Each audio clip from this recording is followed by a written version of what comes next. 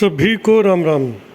भाई जो संस्कृत की भर्ती है टीचर की, यह एक पेचीदा और रोचक मोड़ पर जा चुकी है और डिसीजन जो है ना देखने लायक होगा। क्योंकि अगर वो इसको इक्वल मान लेते हैं आचार्य को और शिक्षा शास्त्री को बीएड के और एमए के, तो एक सवाल फिर रह जाएगा कि भाई एडवर्टाइजमेंट में तो सिर्फ एमए संस्कृत मांगी है।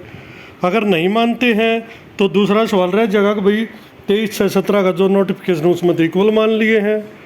तो ये काफ़ी पेचीदा मैटर हो रहा है और इसमें आज 3 चीज़ों में बात करूँगा मैं, और वीडियो में बने रहियो, कुछ न कुछ नया सीखने को मिलेगा। और सब्सक्राइब कर लो जिसने नहीं किया हो, और अच्छी लगे तो बात लाइक शेयर भी किया करो। ये 3 चीज़ें, एक तो एनसीटी का रिप्लाई पे, दूसरा एडवर्टाइजमेंट क्या कहती है, और 2012 के जो सर्विस रूल बदले वो क्या कहते हैं। 3 चीज़ों बात करेंगे विस्तार पूर्वक। ये भैया एनसीटी का रिप्लाई है इन CWP 34 number 2019 Vinita and others में। ये JS Patel reply by way of affidavit दिया है। JS पटेल ने, जो रीजनल डायरेक्टर हैं northern regional committee NRC G7 sector 10 Dwarka new Delhi for and on behalf of NCT, यानी NCT जो इसमें रेस्पोंडेंट नंबर 4 है, पर फॉर्मर रेस्पोंडेंट है शायद, उनकी तरफ से इन्होंने ये एफिडेविट दिया है कोर्ट में। अब वो क्या कहते हैं, that the petitioner have challenge the qualification prescribed by the respondent 1, 2, 3 for the post of PGT Sanskrit on the ground that the same are in violation of regulation of NCT dated 12/11/2014। इसका मतलब भी जो पिटिशनर है उन्होंने जो qualification 1, 2, 3 respondent ने fix की है HSC वगैरह ने, उसको चैलेंज किया है। इस ग्राउंड पर चैलेंज किया है भाई जो NCT के रेगुलेशन है उनका वायलेशन है यो। ठीक है, पहले कॉलम। दूसरे में देखते हैं, that the contents of the writ petition and the prayer made in the writ petition would show that no substantial relief is claimed against national council for teacher education NCT that NCT respondent number has been impleaded. भैया party बनाया गया है और कोई रात वाली बात इनको जो है ना पिटिशन में नहीं है। अब इसकी आगे बात कर लेती है, तो गैर जरूरी ही बातें होती हैं कुछ, पर चलो। परफॉर्मर रेस्पोंडेंट है क्योंकि answering respondent is a regulatory body, यानी HSC DSC है मेन जो वो है in the field of education. The contesting parties in the case are respondent 1, 2, 3, और छोड़ो हमारे काम का ही नहीं। The national council for teacher education is a statutory body, यानी कि एक स्वायत्त संस्था है भैया, which was constituted under an act of parliament, जो कि पार्लियामेंट एक्ट के द्वारा जो है ना इसका निर्माण किया गया, इसकी संरचना की गई। With a view to achieve plan and coordinate development of the teacher education system, जो टीचर एजुकेशन सिस्टम का टोटल प्लानिंग और उनके कोऑर्डिनेशन के लिए इसका जो ना गठन किया गया थ्रू द कंट्री, सारे देश में। The regulation and a proper maintenance of norms and standard in the teacher education system and for matters connected there. भी इसका काम है जो टीचर्स का स्टैंडर्ड है, मेंटेन है, जो नियम कानून सारी चीज़ें बन रही है, इन्होंने अपने बारे में बताया। The NCT has been framing regulation, जो नियम कानून जो है NCT बनाती है, इशूइंग नोटिफिकेशन निर्देश जारी करती है from time to time to carry out its statutory responsibilities, अपनी जो रेस्पॉन्सिबिलिटी उत्तरदायित्व उनको निभाने के लिए संवैधानिक। इवन मैं आगे बोलते, that one of the function of the NCT is to prescribe minimum qualification. भाई इसका जो एक मेन काम है वो यो है कि भाई मिनिमम क्वालिफिकेशन किसी पोस्ट के लिए फॉर अपॉइंटमेंट ऑफ टीचर क्या होनी चाहिए। The NCT has notified National council for teacher Education determination of minimum qualification for person to be recruited as education teacher and physical education teacher in pre primary, primary, upper primary, secondary, senior secondary and और intermediate school और college. Regulation 2014 on 12/11/2014 which was amended. भैया rule बनाया गया था इन सब पोस्टों के लिए और जिसमें सुधार किया 13/10/2021 में। दिस साइड रेगुलेशन, वो नियम वो कानून क्या कहता है, provide the following minimum academic and professional qualification for senior secondary intermediate teacher for class 11th 12th। ये कह रहा है भी जो हमारा जो रेगुलेशन है वो यह कहता है जो क्लास 11th 12th पढ़ाने वाले के लिए क्या मिनिमम क्वालिफिकेशन होनी चाहिए।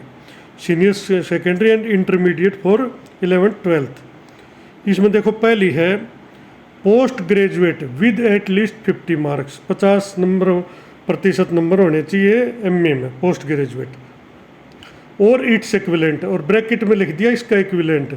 लेकिन हमारा जो एचएसएससी है या डीएससी है वो इस इक्विवेलेंट को खा गए, लिखना भूल गए या जानबूझ कर ना लिखा, या उन्होंने इसको फॉलो नहीं किया एनसीटी के रूल को, ये मान लो। फ्रॉम रिकॉग्नाइज यूनिवर्सिटी, भाई मान्यता प्राप्त यूनिवर्सिटी से हो, और बीएड हो एनसीटी के से रिकॉग्नाइज इंस्टीट्यूशन से, पहली थी क्या थी। दूसरी post graduate with at least 45 marks और it's equivalent from recognise university, और bachelor of education BEd from NCT, और ये आगे इसके कई काफ़ी लंबे नियम कानून है बता रखे हैं। चलो हमारी वीडियो लंबी हो जाएगी।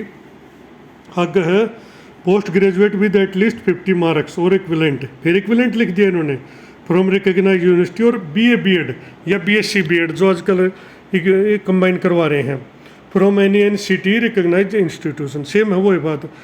Post graduation with minimum 55% marks, इसमें है 55% मार्क्स है भाई, और इक्विवेलेंट ग्रेड या उसके इक्विवेलेंट ग्रेड हो किसी भी उसमें, और 3 year integrated BEd and MEd जो इंटीग्रेटेड हो उसके लिए, ये 4-5 इन्होंने बता दिए। अब अपने नियम में एनसीटी का नॉर्म कहता है ये that A परसुअल of the above, इस ऊपर को देखते हुए रेगुलेशन को, would show that all candidate having qualification of post graduation, भी जो भी कैंडिडेट जो है ना पोस्ट ग्रेजुएशन की क्वालिफिकेशन ले रहा है, और इट्स इक्विवेलेंट क्वालिफिकेशन, और इसके इक्वल समकक्ष योग्यता ले रहा है, क्वालिफिकेशन ले रहा है, इन देयर रेलेवेंट सब्जेक्ट, और उसके पर्टिकुलर जो सब्जेक्ट उसमें, with at least 50% marks and having qualification of BEd from NCT recognised institution are eligible to be appointed as PGT and teach class 11th and 12th student. इन्होंने साफ कह दिया भाई या तो एमए हो या इसके इक्विवेलेंट हो और बीएड हो एनसीटी नॉर्म के अनुसार इंस्टीट्यूशन से, वो 11वीं और 12वीं क्लास यानी पीजीटी पोस्ट ग्रेजुएट टीचर जो बोला जाता है उसके लिए फुल्ली एलिजिबल है। अब वो आगे क्या कहते हैं, if the petitioner have the above side education qualification, अगर इन पिटिशनर को के पास ये जो ऊपर लिखित क्वालिफिकेशन है, the petitioner are eligible to be appointed for the advertise post of Sanskrit teacher. तो उन्होंने अपनी तरफ से साफ कह दिया भाई अगर इन पिटिशनर के पास ये ऊपर लिखित क्वालिफिकेशन है तो ये फुल्ली एलिजिबल है संस्कृत टीचर के लिए। अब मैं इसमें दिखा देता हूँ एडवर्टाइजमेंट क्या कहती है। अपनी एडवर्टाइजमेंट है, इसमें लिखा कैटेगरी नंबर 16 ही है, 626 post including 89 post of backlog of SC of PGT Sanskrit MA Sanskrit. अब यहाँ पे इक्विवेलेंट लिख देते या ब्रैकेट में इक्विवेलेंट लिख देते तो चल जाता काम, लेकिन इसमें सिर्फ इतना है MA Sanskrit with at least 50% marks and BEd from recognised university, 2 line लिखी हैं बस, और बाकी वो कॉमन है सबके लिए जो ऊपर दे रखे इन्होंने। वो जो एस्टेट वगैरह है qualification common to all category matric with Hindi Sanskrit है, और सर्टिफिकेट ऑफ एस्टेट है ये जो है ना कॉमन है, और कंस्टिट्यूंट गुड एकेडमिक रिकॉर्ड ये सब के लिए कॉमन है। अब मैं दिखाता हूँ 12 का सर्विस रूल, यही इन्होंने सर्विस रूल में लिखा है 2012 के में। पीजीटी संस्कृत 9 नंबर पर है, चेक भी कर लेना। MA Sanskrit with at least 50% marks and BEd from recognised university, और वो मैट्रिक और स्टेट मतलब कंसिस्टेंट गुड एकेडमिक सारी चीज़ वो है। तो फ़र्क कहाँ रह गया, बातें मेन बात फ़र्क रह गया भाई सर्विस रूल में। इन सर्विस रूल में इक्विवेलेंट शब्द खो गया, खा गए या नहीं रखा।